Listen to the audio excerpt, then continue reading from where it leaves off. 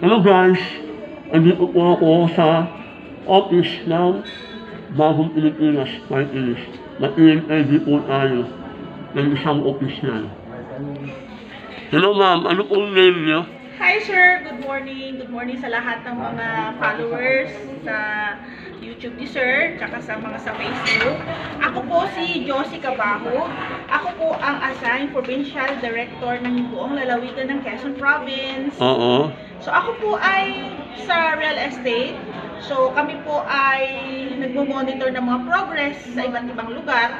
Pero ngayon po, focus po muna ako sa Quezon Province.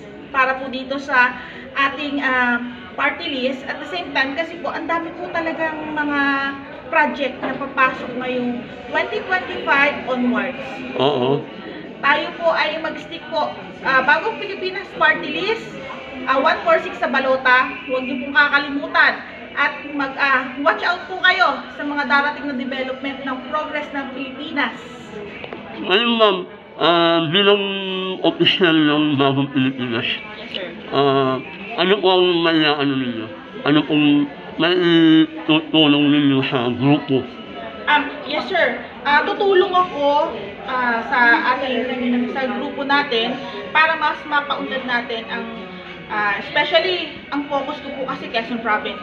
So gusto ko po mabigyan ng livelihood program, pangkabuhayan yung mga kababayan natin doon dahil po most likely ang Quezon Province po kasi ay farming. Opo. So sa farming po, marami po tayong gustong tulungan na mga magsasaka, tsaka yung iba po kasi nating mga kababayan doon, kung mapapansin niyo po, wala rin silang kanilang sariling sakahan. At the same time, ang gusto natin ay maunlad na Pilipinas. So kailangan po natin tutulungan ng isa't isa para mas maging maunlad po tayo sa darating na mga susunod na taon. Oo. At suportahan po natin ang ating Bagong Pilipinas Party List dahil nandito po yung project natin at sila po ang magbibigay sa atin ng ating pangangailangan para sa agrikultura, livelihood program at marami pang iba. Paano po kayo napasok sa Bagong Pilipinas? Actually, ako po kasi ay kilala ko po si Kong Ariel. So, siya po ang nag-endorse sa akin na baka gusto kong hawakan yung provincial ng Quezon. So, tinanggap ko po yung offer kasi gusto ko pong makatulong sa ating mga kababayan, especially sa aming barangay. Gusto ko po na mabigyan sila ng mga pangkabuhayan. At gusto ko rin po na sa mga magsasaka, mabigyan at matugunan yung kanilang yung katulad ng mga makabagong makinarya. Gusto ko po silang bigyan ng atensyon ng pansin, especially Quezon Province, para mas umunlad po tayo dahil nandyan po ang progress. Bilang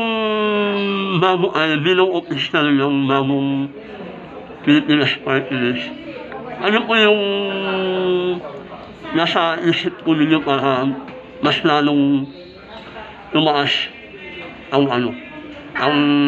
maraming makakilala? Actually po, sa barangay pa lang po namin, pinopromote ko na po ang Bagong Pilipinas Party List. Pinopromote ko po siya sa bawat bayan dahil ang Bagong Pilipinas Party List is hindi naman po siya totaling hindi kilala. Since then, way back last year, matulog na po ang Bagong Pilipinas Party List. Pero dati, BBNP pa lang, hindi pa Bagong Pilipinas, kasi bago lang ang Bagong Pilipinas nila. Oo. Ayun, ano yung pinaka-goal mo para pasukin ito? Ang pinaka-goal ko sir, ilapit doon sa mga taong walang kakayahan na pumunta sa lungsod, yung kanilang mga suliranin, patungkol sa kanilang pangkabuhayan, kalusugan, at sa progreso na gusto ko rin ilapit dito sa ating government. Kaunting paalala sa mga boboto, ano masasabi mo?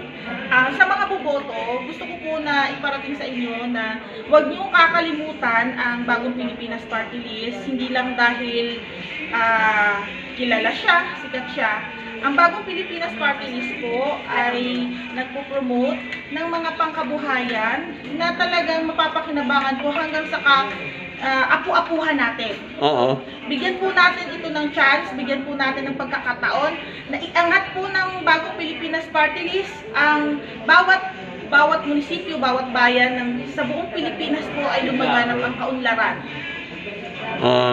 Ayun, maraming salamat sa konting interview.